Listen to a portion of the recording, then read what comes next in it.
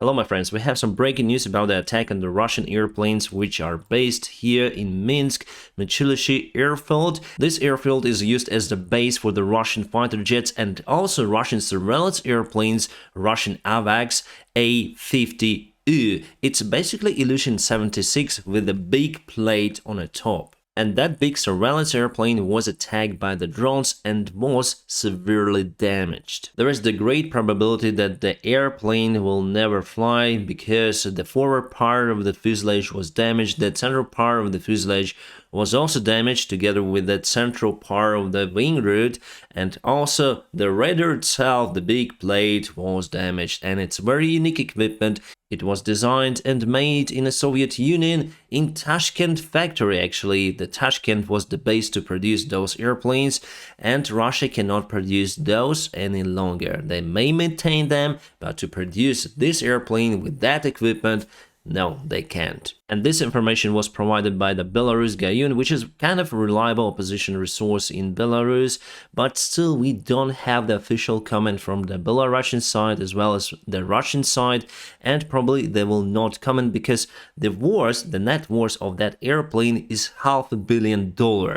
And it has the similar price with a big navy ship. And before we continue with the news, and I'll tell you obviously more details, let me tell you about the partners of my channel and also friends of mine, Atlas VPN. The sponsor of today's video is Atlas VPN. It was a long way actually for me to stop on this one. Personally, I tried free VPNs, but they are very slow and they cannot provide proper security for your accounts. Atlas VPN got the military standard data encryption. What it does, it basically hides my data for everyone who wants to reach it. Here we speak about the government structures, possible hackers or unwanted advertisements. Also use the Atlas VPN to get the access for the restricted websites in my country. Atlas VPN helped me to get access to Downfall movie available on Netflix. It is about the Boeing 737 MAX crashes. Because the air crash investigation is the sensitive topic, it was restricted in some countries. But with Atlas VPN I can virtually change my location to any kind of country. So basically you have unlimited access to streaming services as Netflix, plus it might help you to avoid the price discrimination on internet if you want to buy something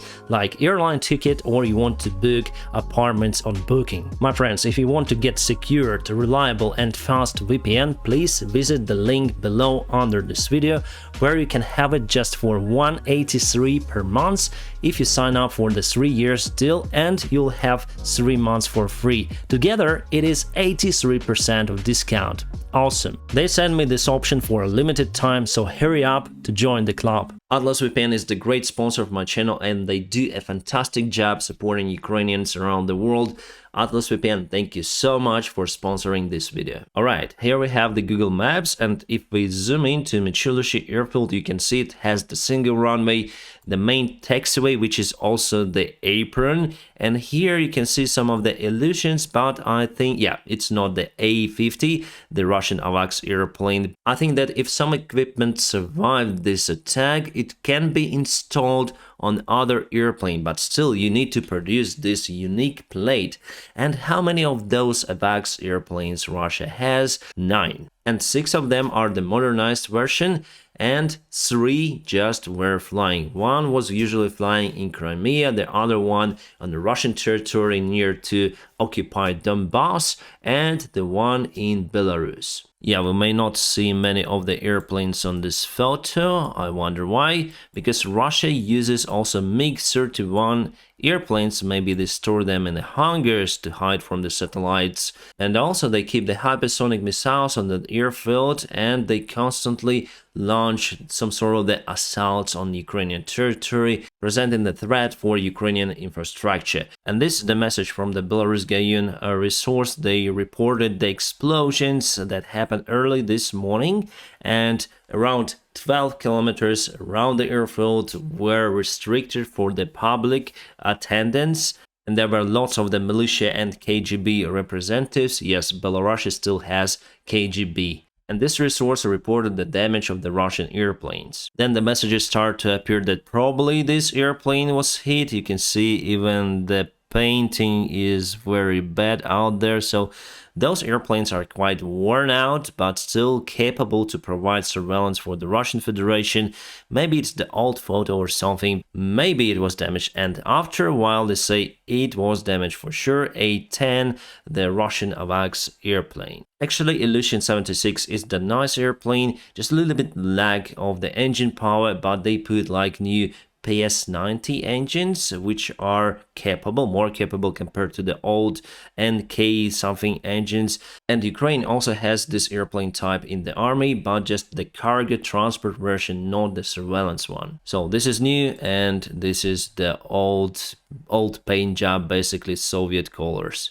So who was responsible for this attack mission? There are two possible variants, my friends. One is that Ukraine might launch some sort of the drones from our territory, and we did it before with Engels airfield. The other variant, or maybe opinion, that Belarus partisans might launch the drone attack as well using standard DJI drones. They might got modified to drop some of the interesting stuff from the skies, but both of those versions include the drone attack. And yes, there is the probability that 10,000 bags drone may eliminate $500 million airplane. So now just two of those airplanes are left in Russia. We're speaking about the actively flying airplanes. However, they might use also the same types that are not flying for the spare parts, and they might create some sort of the new airplane, but still it's the huge loss for Russia because this airplane is very unique. So why this airplane is so important? Because Russia constantly uses it to identify our air defense systems, our airplanes, and strike their own cruise missiles. Then they launch this airplane near to Ukrainian border. They see the picture of what is happening in the skies over Ukraine, where the cruise missiles were shot down by our air defense, and also they may track their own air defense systems to shut down our airplanes. So destroying this airplane makes Russia blind, and remember we spoke about the possible Russian massive aviation attack on Ukraine, and without this airplane they will never conduct it because they need to see what is happening in Ukrainian skies. And without knowing the air defense positions on the Ukrainian side, they will simply ruin their air fleet. And we have the registration number of the airplane, it's RF50608, and it wasn't really painted from what I can see, it was flying like that from the Soviet times. Interesting, you may find the photos on the jet photos by putting RF50608. So this is the Illusion 76 modification A50U Russian AVAX or surveillance airplane. We're now on the Flight Radar 24 website where you can track the airplane's lifetime, and I want to show you the surveillance job that our Western allies do for us. And here let's zoom into this airplane. This is the United States Air Force, probably unmanned air vehicle, or could be piloted surveillance airplane. You can see it's flying in the international waters, let's say over them, and near to Crimea and also near to the Russian territory. So this is Sochi, there is also Russian military base, and they have many of the military bases on Crimea.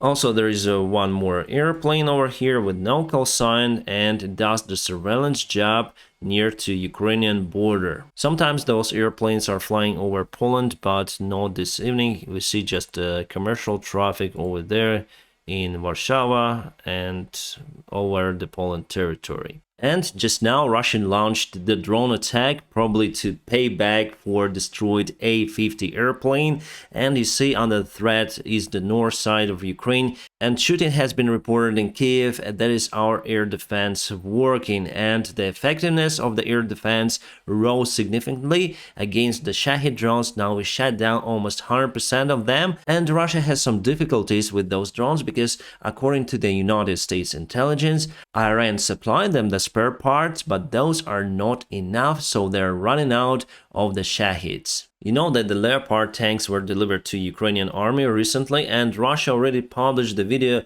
of destroyed Ukrainian Leopard 2 tanks. It's very pity, but those photos were taken from Syria. So actually it is Syria. Long time ago, then Turkey conducted the operations using those tanks that failed, and many of the tanks were destroyed by the tows. And now Russia just creates the hype on nothing using the old footages of the Turkish tanks. The British Defense Intelligence says that Russia lost the elite forces, elite infantry near to Wuhledar. They published the satellite photo of the destroyed Russian column. I was speaking about it, and that happened on the 9th of February. And they say that Russia still can use soldiers to try to get Wuhledar under control, and not only, but the effectiveness will be much lower because they will use mobilized soldiers, because they're running out of the experienced soldiers that they just waste in this open minefield. Yeah, sad news. It was reported today that Andrew Peters, who is the United States Army veteran, who was the volunteer in the International Legion and was fighting in Ukraine, he was killed by Russians on 16th of February. He's from Marshfield, Wisconsin, and he served also in Afghan War in 2014, so he joined the International Legion after all. And yes, unfortunately, my friends, I'm telling you that if you even have the military experience, think twice whether you need to go to Ukraine, because this war, it's not like Afghanistan or any other. This is the full-scale war, very similar to the World War II.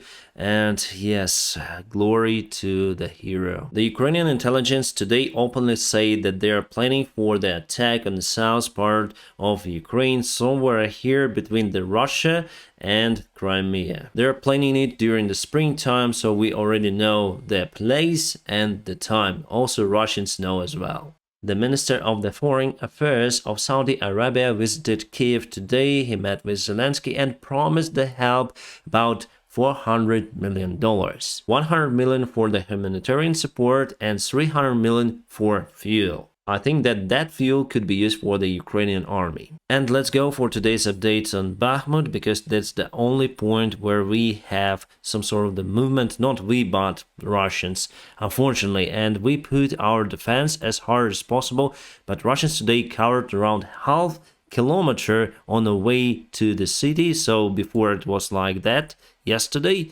and today it is like that. The good thing that they were thrown away from Ivanivsky over here, because they were trying to get this road under their control, but they moved their forces closer to the city, so they just left the attempts taking this road under their control, and will have supplies for sure. I'm very happy about it, but there is the new threat that is very close to the city center over here, and we should put our defense also. And our guys are ready. We have some sort of reports from Bakhmut, from our soldiers.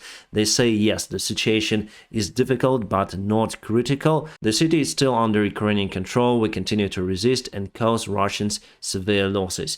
My friends, thank you so much. Now please don't forget to press the like to this video, and also please check the link for our partner, the Atlas VPN, the best VPN out there, where you can get the Atlas VPN Premium with a great discount. The deal is time limited, so hurry up to join the club.